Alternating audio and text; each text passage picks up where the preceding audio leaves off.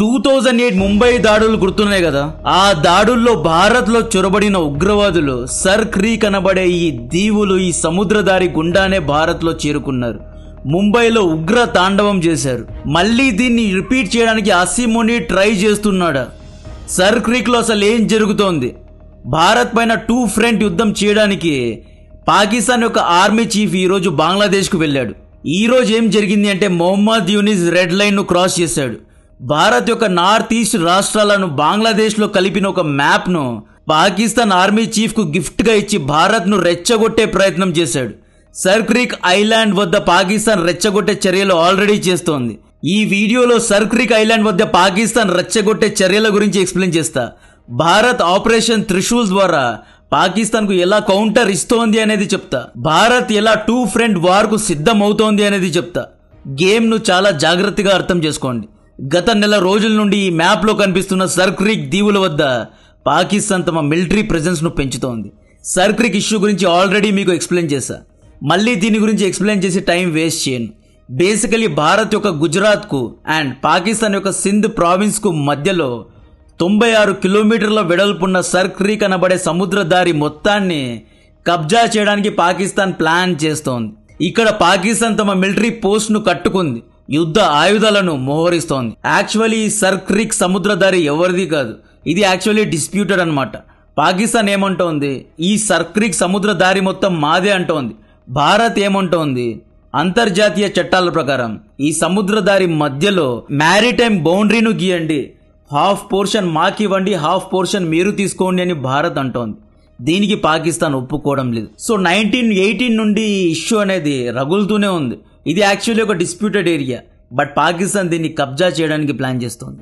October 1st week defence minister Rajnath Singh గారు sir creek లో ఒకవేళ మిస్ అడ్వెంచర్ చేస్తే పాకిస్తాన్ యొక్క హిస్టరీ అండ్ జాగ్రఫీను రెండింటినీ మార్చేస్తాను అని ఆల్రెడీ వార్నింగ్ ఇచ్చారు.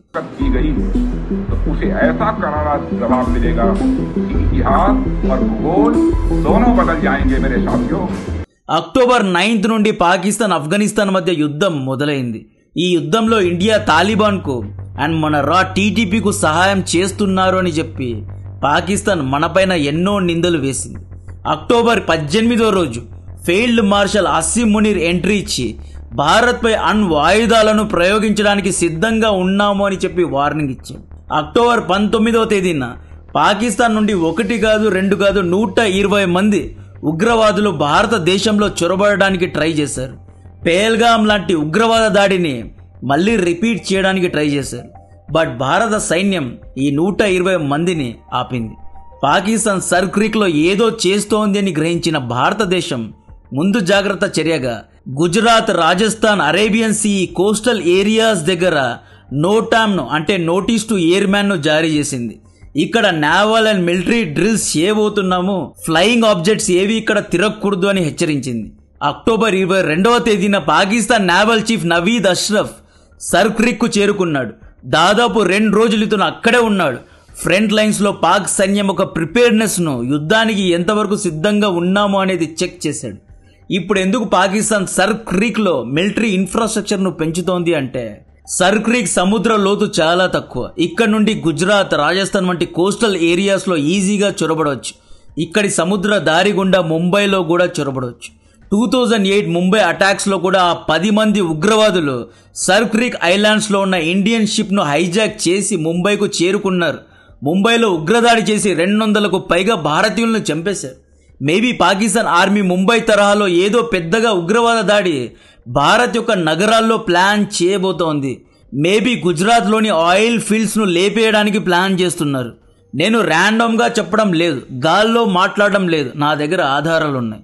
ఆగస్టు 2025లో ఫీల్డ్ మార్షల్ అసీం మునీర్ అమెరికాకు వెళ్లిన విషయం మనందరికీ తెలుసు. ట్యాంపాలో America military officer retirement function కు వెళ్ళాడు. అక్కడ నుండి గుజరాత్ జామ్ నగర్ లో ఉన్న రిలయన్స్ రిఫైనరీస్ ను లేపేస్తాము అని వార్నింగ్ ఇచ్చాడు. ఎందుకంటే భారత్ యొక్క దాదాపు 12% రిఫైనరీస్ రిలయన్స్ జామ్ నగర్ లోనే జరుగుతుంది. ఇక్కడ నుండే ఎన్నో పెట్రోలియం గూడ్స్ ఫారెన్ కంట్రీస్ కు ఎక్స్పోర్ట్ అవుతాయి. రష్యా నుండి రిలయన్స్ ఎంతో క్రూడ్ ఆయిల్ ను ఇంపోర్ట్ చేసుకుంటుంది. మేబీ ఇతను అమెరికాను సంతోషపెట్టడానికి, డొనాల్డ్ ట్రంప్ ను నాటోను సంతోషపెట్టడానికి రష్యా ద్వారా ఆయిల్ను కొంటున్న రిలయన్స్ రిఫైనరీను నేను లేపేస్తాను అన్నట్లు హీరోలాగా వార్నింగ్ ఇచ్చాడు. కట్ చేస్తే ఆగస్టు లాస్ట్ వీక్ నుండి అక్టోబర్ ఫస్ట్ వీక్ నుండి సర్ క్రీక్ లోపల పాకిస్తాన్ తమ యొక్క మిలిటరీ ప్రెజెన్స్ను పెంచుకుంది. సర్ క్రీక్ గుజరాత్కు చాలా దగ్గరగా ఉంటుంది. సర్ క్రీక్ నుండి గుజరాత్లో చొరబడి ఇండియన్ రిఫైనరీస్ను ధ్వంసం చేయాలి, లేదా సర్ క్రీక్ నుండి డ్రోన్స్ అండ్ మిసైల్స్ ద్వారా దాడి చేయడానికి ప్లాన్ చేస్తున్నారు. యాక్చువల్లీ ఆపరేషన్ సింధూర్లో మే 8 రోజు సర్ క్రీక్ నుండి కూడా పాకిస్తాన్ యొక్క డ్రోన్స్ భారత్పై దాడి చేయడానికి ట్రై చేశాయి. So there are chances. Sir Creek యొక్క సముద్రం చాలా తక్కువ లోతులో ఉంటుంది. ఇక్కడ హోవర్ క్రాఫ్ట్స్ లేదా స్మాల్ బోట్స్ ద్వారా ఈజీగా భారత్ యొక్క కోస్టల్ ఏరియాస్ లో తీసుకెళ్లొచ్చు. పాక్ నేవల్ చీఫ్ సర్ క్రీక్ ను సందర్శించిన తర్వాత భారత్ ఆపరేషన్ త్రిశూల్ ను ప్రకటించింది. ఆపరేషన్ త్రిశూల్ అంటే ఏంటి అంటే tri service military operations. October 30 నుండి నవంబర్ 10 వరకు భారత్ ఇక్కడ మిలిటరీ డ్రిల్స్ చేయనుంది.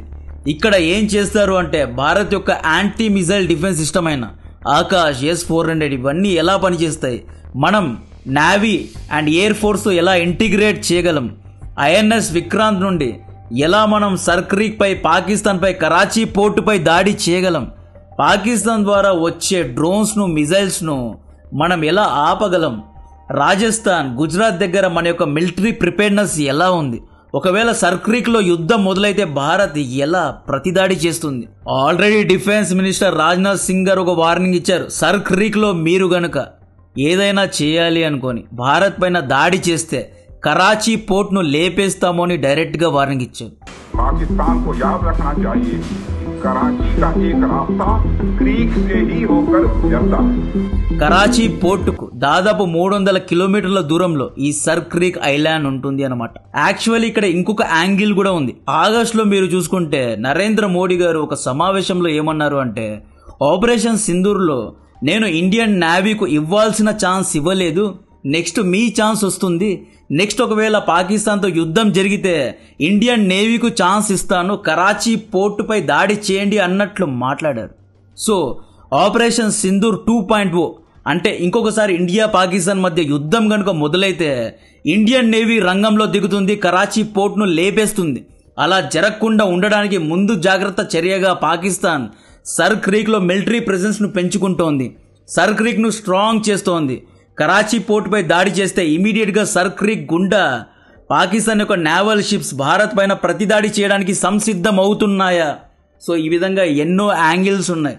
All eyes on sir creek now. మనం నో టైమ్ను జారీ చేసిన తర్వాత మనం ఆపరేషన్ త్రిశూల్ను లాంచ్ చేయబోతున్నాం, మిలిటరీ డ్రిల్స్ను చేయబోతున్నామని అనౌన్స్ చేసిన తర్వాత పాకిస్తాన్ ఎయిర్ ఫోర్స్ కూడా నో టైమ్ను జారీ చేసింది. అక్టోబర్ 28 అండ్ 29 పాకిస్తాన్ కూడా మిలిటరీ డ్రిల్స్ చేయనుంది. పాకిస్తాన్ నేవల్ అకౌంట్స్ నుండి పాకిస్తాన్ మిలిటరీ అండ్ నేవీ యొక్క ప్రిపేర్నెస్ యొక్క వీడియోస్ను కూడా రిలీజ్ చేస్తున్నారు. సో సర్ క్రీక్లో పాకిస్తాన్ నేవీ రెడీగా ఉంది అన్నట్లు బ్యాక్గ్రౌండ్లో మ్యూజిక్ పెట్టి పాకిస్తాన్ ఒక పెద్ద వీడియోనే రిలీజ్ చేసింది. సో ఈ విధంగా ఒకవేళ ఇండియా పాకిస్తాన్ మధ్య నెక్స్ట్ యుద్ధం కనుక మొదలైతే సర్ క్రీక్లో చాలా పెద్ద యాక్షన్ను మీరు చూడగలరు. సర్ క్రీక్నే వీళ్ళు ఎందుకు ఎంచుకున్నారు అంటే ఇక్కడి లోతు చాలా తక్కువ, ఇక్కడ అన్ఈవెన్ సర్ఫేసెస్ ఉంటాయి, ఇక్కడ నుండి దాక్కొని అటాక్ చేయొచ్చు, ఇక్కడ నుండి డ్రోన్స్ ద్వారా ఈజీగా భారత్ యొక్క గుజరాత్, రాజస్థాన్, ముంబైపై దాడి చేయొచ్చు, ఇక్కడ నుండి ఫాస్ట్ బోట్స్ ద్వారా భారత్లో చొరబడవచ్చు, ఇక్కడ నుండి కరాచీ పోర్ట్ను వీళ్ళు కాపాడుకోవచ్చు. కాబట్టే సర్ క్రీక్ను సెంటర్ పాయింట్ చేశారు అన్నమాట. సర్ క్రీక్ వద్ద భారత సైన్యం 20,000 మంది సైనికుల్ని రంగంలో దింపింది. మెయిన్ బ్యాటిల్ ట్యాంక్స్ను, హౌజర్స్ను, ఆర్మీ హెలికాప్టర్స్ను, డ్రోన్స్ను, సుదర్శన చక్ర గురించి ఆల్రెడీ మీకు చెప్పాను. రాజస్థాన్ డెజర్ట్ సెక్టర్ లో సుదర్శన చక్ర ఎలా పనిచేస్తుంది అనేది చూస్తున్నారు. మహా గుజరాజ్ అని చెప్పి భారత్ ఒక air force Rafales and సుఖై 30 MKIs ను రంగంలో దింపింది. హెలికాప్టర్స్ ద్వారా కౌంటర్ ఆపరేషన్స్ గురించిన డ్రిల్స్ జరగనున్నాయి. IL-78 మిడ్ ఇయర్ రీఫ్యూల్స్ ను, ఎయిర్ బోర్న్ వార్నింగ్ సిస్టమ్స్ ను, అవాక్ సిస్టమ్స్ ను కూడా రంగంలో దింపారు. ఆపరేషన్ సింధూర్ కు ముందు ఎలా అయితే మిలిటరీ డ్రిల్స్ చేశారో ఆ విధంగా ఫుల్ స్కేల్ మిలిటరీ డ్రిల్స్ జరుగుతున్నాయి అన్నమాట. మిలిటరీ డ్రిల్స్ తో పాటు intelligence, surveillance, reconnaissance, electronic warfare, cyber capabilities, ఇలా అన్ని విధాలుగా మనం ఎలా పర్ఫామ్ చేస్తామో, మనం ఎంతవరకు రెడీగా ఉన్నాము అనేది సర్ క్రీక్ వద్ద చెక్ చేయనున్నారు. అరేబియన్ మహాసముద్రంలో రానున్న రోజుల్లో ఏదో పెద్దగా జరగబోతోంది. ఆల్రెడీ అమెరికాకు పాకిస్తాన్ పాస్ని ఓడరేవును అమ్మేసింది. అమెరికా మేబీ అరేబియన్ సీలో ఆధిపత్యాన్ని పెంచుకోవడానికి ట్రై చేస్తోంది. బంగ్లాదేశ్లో సెయింట్ మార్టిన్ దీవులు ఇవ్వలేదు అని చెప్పే షేక్ హసీనాను గెంటేశారు.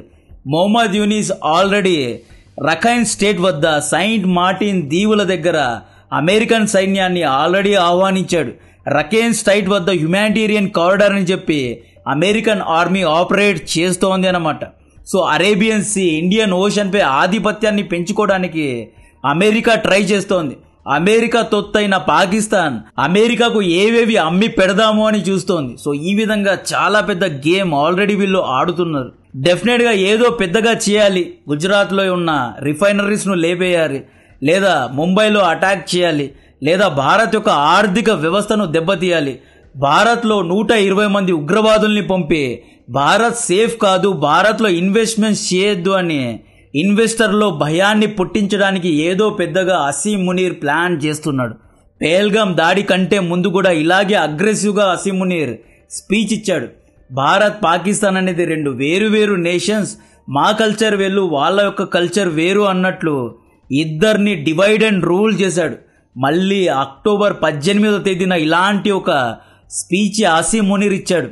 ఆ తర్వాత సర్ క్రీక్ లో నేవల్ చీఫ్ ఎంట్రీ, బంగ్లాదేశ్ లో ఆర్మీ చీఫ్ వెళ్ళాడు. భారత్ లో ఉగ్రవాద దాడి చేసి భారత్ లో పెట్టుబడులు పెట్టద్దు అన్నట్లు ఏదో పెద్దగా ప్లానింగ్ చేస్తోంది అనేది క్లియర్ గా కనిపిస్తోంది. నేను ఆల్రెడీ నిన్న వీడియోలో చెప్పా, పాకిస్తాన్ ఆర్మీ చీఫ్ షంషాద్ మిర్జా బంగ్లాదేశ్ కు వెళ్ళాడు అని. ఈ రోజు మొహమ్మద్ యూనిస్ నార్త్ ఈస్ట్ రాష్ట్రాలు బంగ్లాదేశ్ లో కలిసిపోయిన ఒక మ్యాప్ ను షంషాద్ మిర్జాకు గిఫ్ట్ గా ఇచ్చి భారత్ ను రెచ్చగొట్టే ప్రయత్నం చేశాడు.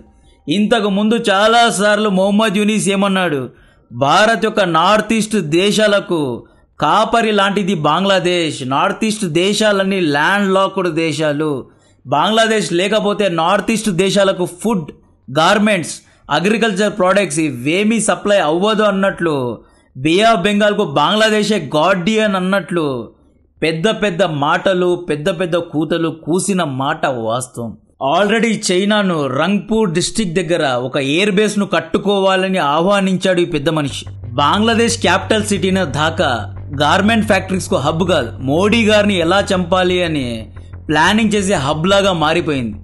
ఢాకాలో పాకిస్తాన్ యొక్క ఐఎస్ఐ ఏజెంట్స్, అమెరికా యొక్క సిఏఏ ఏజెంట్స్ అన్ని హోటల్స్ లో తిరుగుతున్నారు, ఎంజాయ్ చేస్తున్నారు, ఏదో పెద్దగా ప్లానింగ్ చేస్తున్నారు, రా చేతిలో చనిపోతూ ఉన్నారు. సో ఢాకాను అడ్డాగా మార్చి అమెరికా యొక్క సిఏఏ భారత్ను అటాక్ చేయడానికి పాకిస్తాన్ అండ్ బంగ్లాదేశ్ ఈ 2 దేశాలను మనపైన వదలడానికి ప్లానింగ్ చేస్తోంది అనేది క్లియర్గా తెలిసిపోతోంది. దీని గురించిన మరిన్ని డీటెయిల్స్ ఇస్తూనే ఉంటా. కంటెంట్ నచ్చితే వీడియోను లైక్ చేయండి, ఛానల్ను సబ్స్క్రైబ్ చేసి అందరికీ షేర్ చేయండి. జై హింద్.